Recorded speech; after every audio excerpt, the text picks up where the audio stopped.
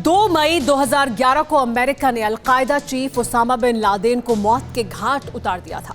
आतंकी आका की मौत के बाद अलकायदा की टेरर ब्रिगेड कमजोर पड़ गई। पूरी दुनिया में जिस आतंकी संगठन की दहशत कायम थी, जिसका नेटवर्क कई देशों में था, वो सिर्फ अफगानिस्तान तक सिमट गया। लेकिन एक बार फिर सुपर पावर को दुश्मन नंबर 1 मानने वाले आतंकियों ने सिर उठाया है। वर्ल्ड एक्सक्लूसिव रिपोर्ट में देखिए अलकायदा का नया हेडक्वार्टर किस देश में बताया जा रहा है। जिस नाम से अमेरिका दहल उठता है, जिस आतंकी संगठन को अमेरिका सबसे बड़ा दुश्मन मानता है, जिन दहशतगर्दों को सबसे खूंखार और बेरहम माना जाता है, बर्बर आतंकियों का वो संगठन है अल कायदा।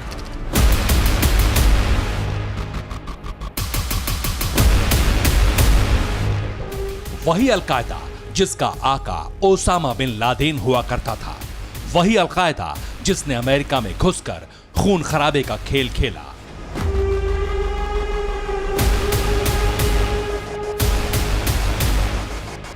जिसने वर्ल्ड ट्रेड सेंटर को ध्वस्त कर दिया। दुनिया के कोने कोने में अमेरिकी दूतावासों को बम धमाके से दहलाने वाले अल कायदा की दहशत फिर अमेरिका में फैल गई है। सबसे खतरनाक आतंकी संगठन का नया गढ़ बना है रूहानी का ईरान।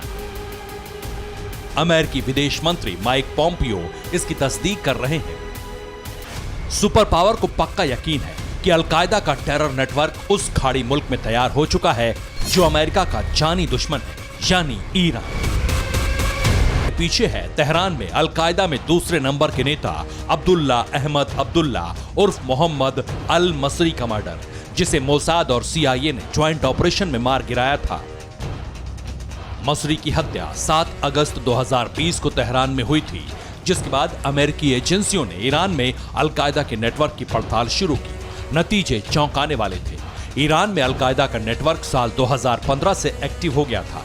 ईरान ने उन्हीं दिनों अल कायदा लीडर्स को खुली छूट दे दी थी। हैरतअंगेज ये भी है कि अफगानिस्तान और पाकिस्तान से ऑपरेट होने वाले आतंकी संगठन के कई अहम फैसले ईरान से लिए गए। मतलब ये कि ईरान में अल कायदा की टॉप लीडरशिप पनाह ले चुकी थी।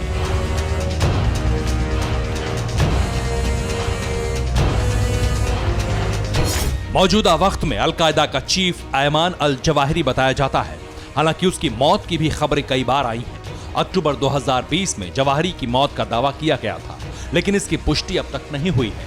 अमेरिका का मानना है कि अल जवाहिरी के मिशन को ईरान में 2 आतंकी आका आगे बढ़ा रहे हैं। इनके नाम हैं मोहम्मद अबाटे उर्फ अब्दुल रहमान अल मगरेबी और सुल्तान यूसुफ हसन अल आरिफ। अमेरिका ने अल कायदा के इन टेरर कमांडर्स के सिर पर $70 लाख का इनाम तक रखा है, यानी मामला बिगड़ चुका है। ईरान में अल कायदा पर एक्शन लेना अमेरिका के लिए आसान भी नहीं।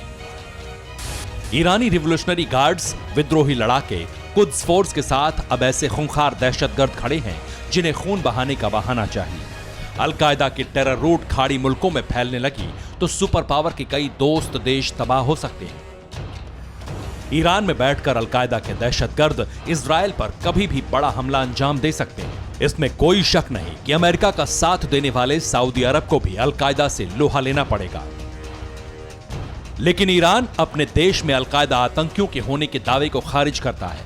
ईरानी विदेश मंत्री जवाद जरीफ ने सोशल मीडिया में संदेश देकर माइक पोम्पियो को झूठा और युद्धोन्मादी बताया है।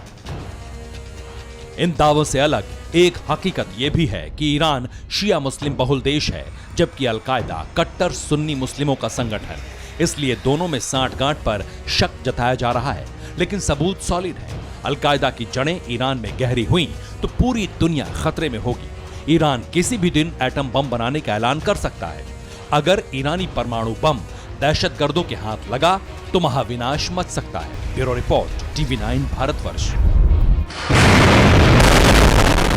फिक्र आपकी, सोमवार से शुक्रवार रात 9 बजे सिर्फ TV9 भारतवर्ष पर।